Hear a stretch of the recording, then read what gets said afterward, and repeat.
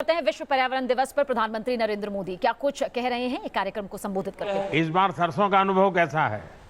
सरसों सर बहुत अच्छी हुई है। 2 कुंटल मतलब 24 कुंटल प्रति हेक्टेयर से हुई है हमारी। अच्छा, और इस बार तो दाम भी सरसों के अच्छे मिले हैं कहते हैं।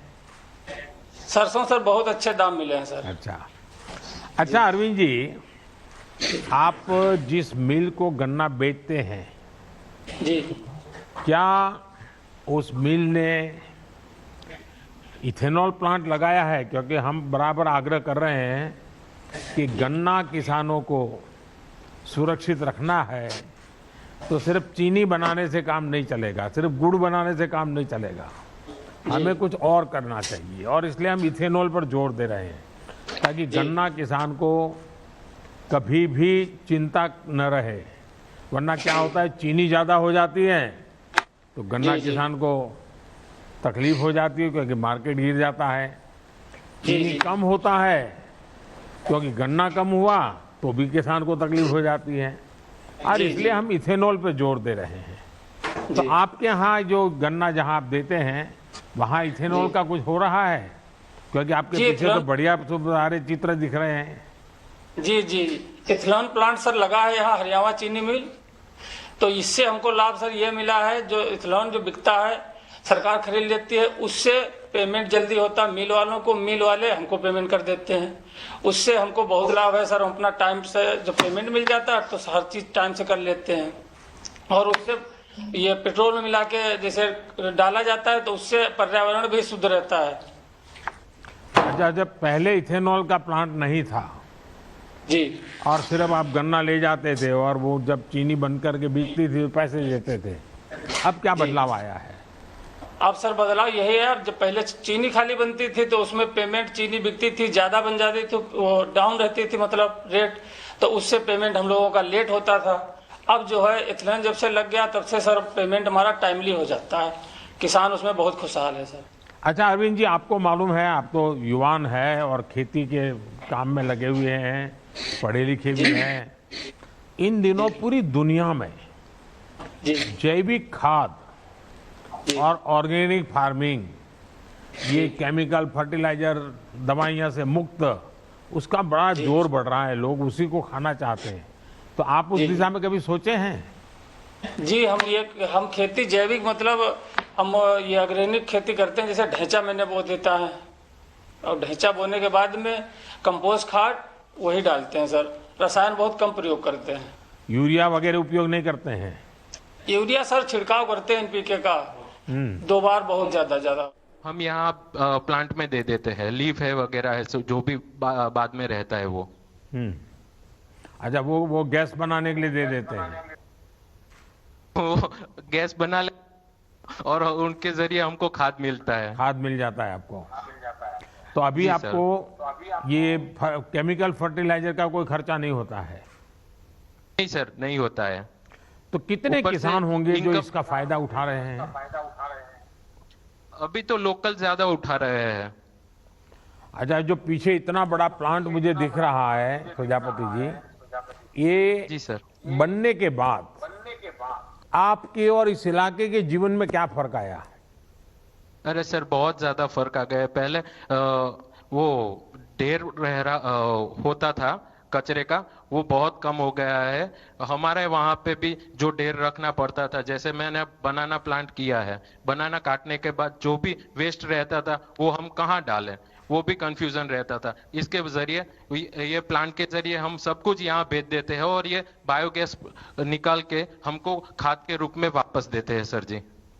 देखिए, हमारे यहाँ एग्रीकल्चर यूनिवर्सिटी ने एक अच्छा काम किया था। जब मैं वहाँ आपके यहाँ काम करता था तो ये जो केला उतरने के बाद ये जो इसका वेस्ट होता है, उसको अगर छोटे 6-6 इंच के टुकड़े करके उसको ज़मीन में अगर गाड़ देते हैं तो 90 दिन तक पानी की ज़रूरत नहीं पड़ती। इतना पानी उसमें होता है।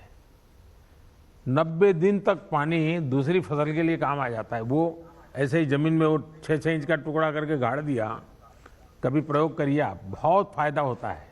और फिर वो भी फर्टिलाइजर में भी चला जाता है, तो आपको एक अतिरिक्त फ़ायदा हो सकता है। देखिए, मैं आपका तो ये प्लांट इतना बड़ा है और इतनी बड़ी मात्रा में कुल कितने पशु का ये गोबर इसमें इकट्ठा होता होगा डेली?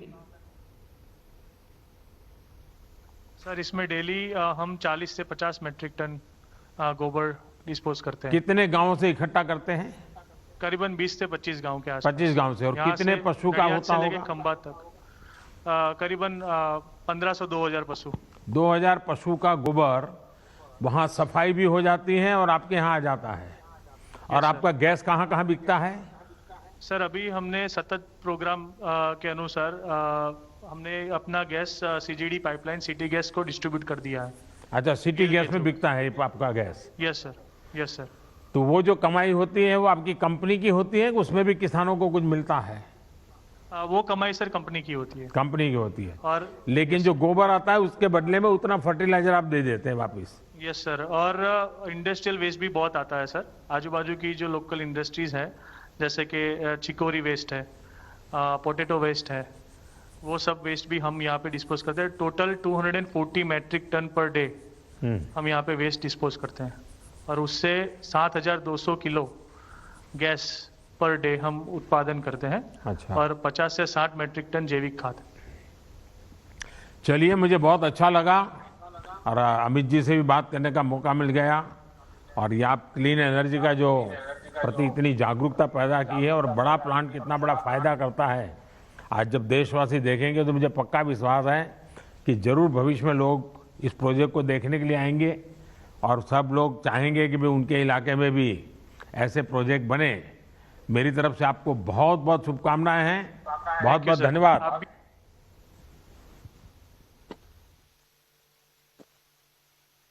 धन्यवाद आदरणीय प्रधानमंत्री जी।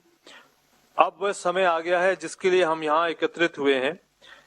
मैं आदर सहित निवेदन करूंगा माननीय प्रधानमंत्री जी से कि वो रिमोट दबाकर पुणे स्थित 3 पेट्रोल पंपों पर E100 ईंधन उपलब्ध कराए जाने का शुभारंभ तथा road map for ethanol blending in India 2020-2025 पर एक्सपर्ट कमेटी की रिपोर्ट का अनावरण करें।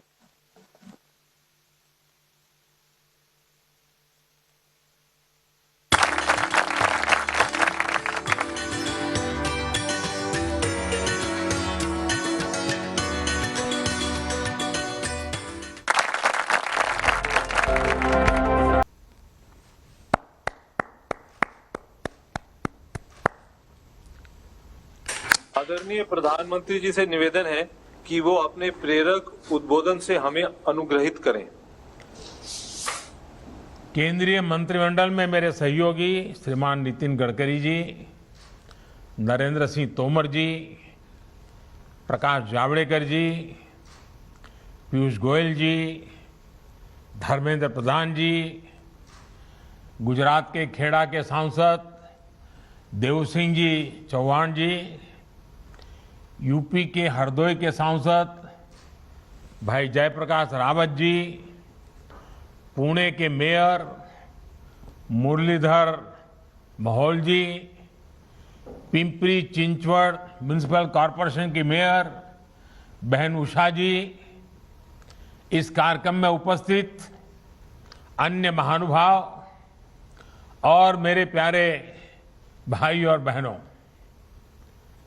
हमारे किसान साथी, जब मैं उनसे बात कर रहा था तो कैसे बायोफ्यूल से जुड़ी व्यवस्थाओं को वे सहज रूप से अपना रहे हैं और कितनी बढ़िया तरीके से वो अपनी बात बता रहे थे, उसमें कॉन्फिडेंस भी नजर आ रहा था। स्वच्छ ऊर्जा, क्लीन एनर्जी, देश में जो इतना बड़ा अभियान चल रहा है उसका बहुत बड़ा लाभ देश के एग्रीकल्चर सेक्टर को भी मिलना स्वाभाविक है।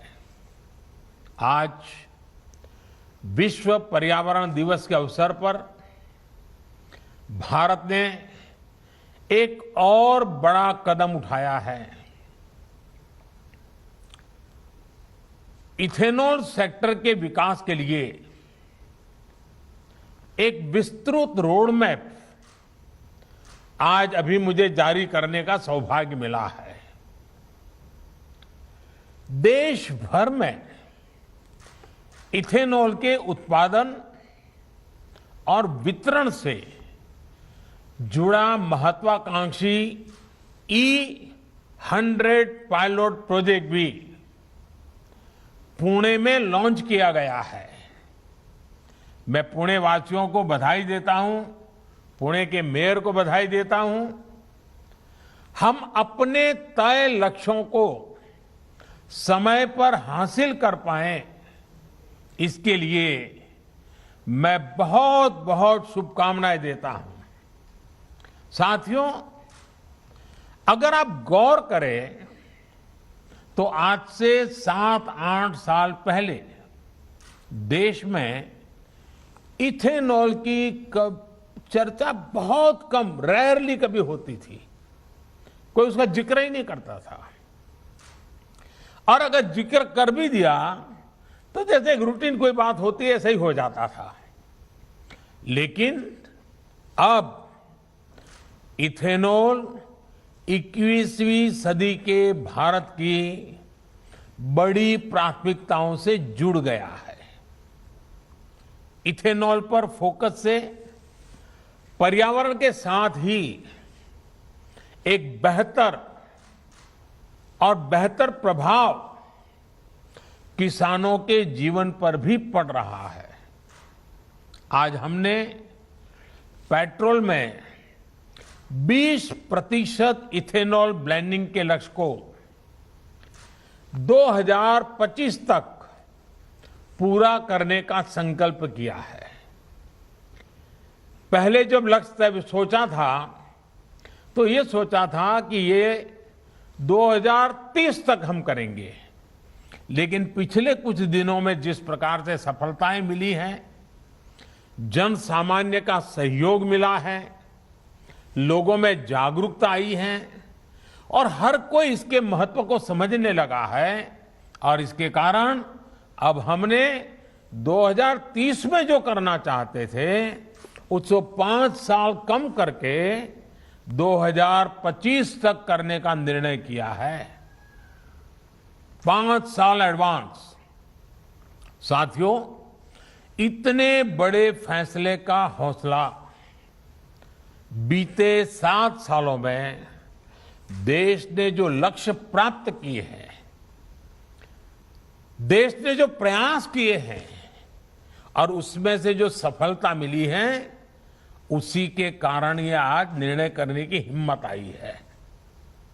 2014 तक भारत में एवरेज औसतन सिर्फ 1-1.5% इथेनॉल की ही ब्लेंडिंग हो जा पाती थी। आज ये करीब करीब 8.5% तक पहुंच गया है। वर्ष 2013-14 में जहां देश में 38 करोड़ लीटर इथेनॉल खरीदा जाता था, वहीं अब इसका अनुमान 320 करोड़ लीटर से ज्यादा का है। यानी करीब करीब 8 गुना ज्यादा इथेनॉल खरीदा गया है। बीते साल ही ऑयल मार्केटिंग कंपनियों ने करीब 21,000 करोड़ रुपए का इथेनॉल खरीदा है। इसका एक बड़ा हिस्सा, जो 21,000 करोड़ रुपया खर्च किए गए, उसका बड़ा हिस्सा हमारे देश के किसानों की जेब में गया है। विशेष रूप से हमारे गन्ना किसानों को इससे बहुत लाभ हुआ है। वर्ष 2025 तक जब पेट्रोल में 20% इथेनॉल ब्लेंडिंग होने लगेगी, तो आप अंदाज लगा सकते हैं कि किसानों को कितनी बड़ी मात्रा में ऑयल कंपनियों से सीधे पैसे मिलेंगे। इससे चीनी से अधिक उत्पादन से जुड़ी जो भी चुनौतियां हैं, क्योंकि कभी कभी चीनी ज्यादा पैदावार हो जाती है तो दुनिया में भी कोई खरीदार नहीं होता है, देश में भी दाम गिर जाते हैं और बहुत बड़ी चुनौती पैदा रखना कहां वो भी संकट हो जाता है। ऐसी सारी चुनौतियों को कम करने में और इसका सीधा लाभ गन्ना किसान की सुरक्षा से जुड़ जाता है। ये बहुत लाभ होने वाला है। साथियों, 21वीं सदी के भारत को 21वीं सदी की आधुनिक सोच, आधुनिक नीतियों से ही ऊर्जा मिलेगी। इसी सोच के साथ हमारी सरकार हर क्षेत्र में निरंतर नीतिगत निर्णय ले रही है। देश में आज इथेनॉल के उत्पादन और खरीद के लिए जरूरी इंफ्रास्ट्रक्चर के निर्माण पर बहुत जोर दिया जा रहा है। अभी तक इथेनॉल बनाने वाली ज्यादातर इकाइयां और ज्यादातर 4-5 उन राज्यों में ही थी जहां चीनी का उत्पादन ज्यादा होता है। इसका विस्तार पूरे देश में करने के लिए जो सड़ा हुआ अनाज होता है, निकम्मा हुआ अनाज होता है, उसका उपयोग करते हुए फूड ग्रेन बेस्ड डिस्टिलरीज की भी स्थापना की जा रही है। एग्रीकल्चर वेस्ट से इथेनॉल बनाने के लिए भी देश में आधुनिक टेक्नोलॉजी आधारित प्लांट भी लगाए जा रहे हैं। साथियों, जलवायु परिवर्तन के खतरे से निपटने के लिए जो वैश्विक प्रयास चल रहे हैं, उनमें भारत एक आशा की किरण बनकर के उभरा है। एक विश्वस्त मानव जात के कल्याण के लिए एक विश्वस्त साथी के रूप में आज भारत ने अपनी पहचान बनाई है। जो दुनिया कभी भारत को एक चुनौती के रूप में देखती थी, क्लाइमेट चेंज, भारत की इतनी बड़ी आबादी, लोगों को लगता है संकट यहीं से आएगा, आज स्थिति बदल गई। आज हमारा देश क्लाइमेट जस्टिस का अगुवा बनकर उभर रहा है। एक विकराल संकट के विरुद्ध बड़ी ताकत बन रहा है। वन सन, वन वर्ल्ड, वन ग्रिड, एक सूरज, एक सृष्टि और एक ग्रिड की व्यवस्था की विजन को साकार करने वाला इंटरनेशनल सोलर अलायंस, उसका निर्माण हो या फिर coalition for disaster resilient infrastructure की पहल हो, भारत एक बड़े वैश्विक विजन के साथ आगे बढ़ रहा है। क्लाइमेट चेंज परफॉर्मेंस इंडेक्स में भारत दुनिया के टॉप 10 कंट्रीज में, दुनिया के प्रमुख 10 देशों में आज उसने अपनी जगह बना ली है। साथियों, क्लाइमेट चेंज की वजह से जो चुनौतियां सामने आ रही हैं, भारत उसके प्रति जागरूक भी है और सक्रियता से काम भी कर रहा है। हम एक तरफ ग्लोबल साउथ में एनर्जी जस्टिस के प्रति संवेदनशीलता और ग्लोबल नॉर्थ के उत्तरदायित्वों के हिमायती हैं, तो दूसरी तरफ अपनी भूमिका का निर्वहन भी पूरी गंभीरता से कर रहे हैं।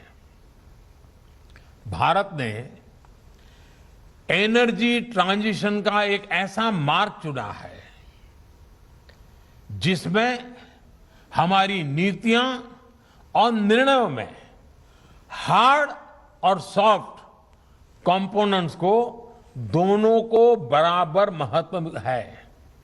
अगर मैं हार्ड कंपोनेंट की बात करूं तो भारत द्वारा तय किए गए बड़े बड़े लक्ष्य हो, उन्हें लागू करने की अनप्रेसिडेंटेड स्पीड हो, ये दुनिया बहुत बारीकी से देख रही है।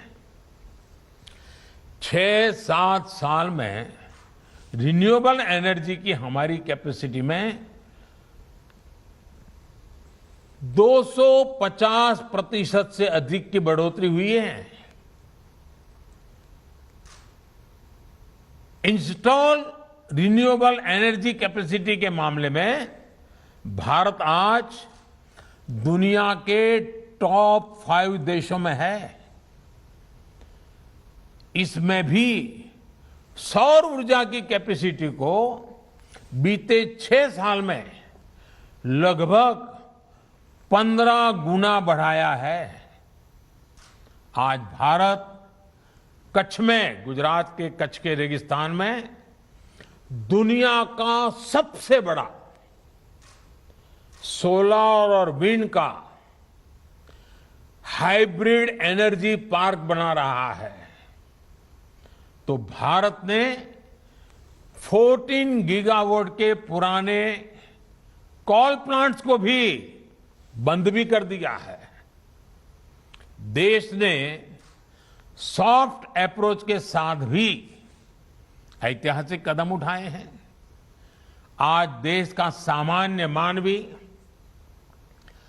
प्रो एनवायरमेंट कैंपेन से जुड़ गया है, वो इसका नेतृत्व कर रहा है।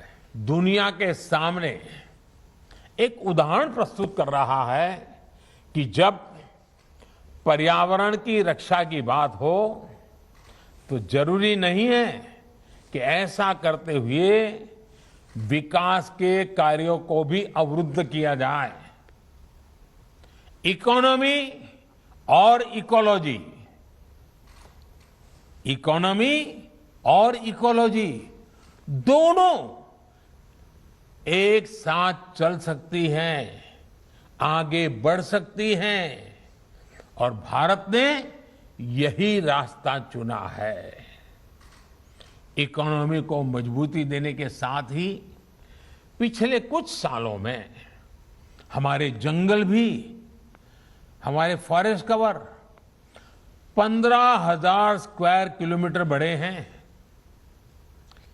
पिछले कुछ सालों में हमारे देश में टाइगर्स की संख्या, बाघ की संख्या 2 गुनी हुई है।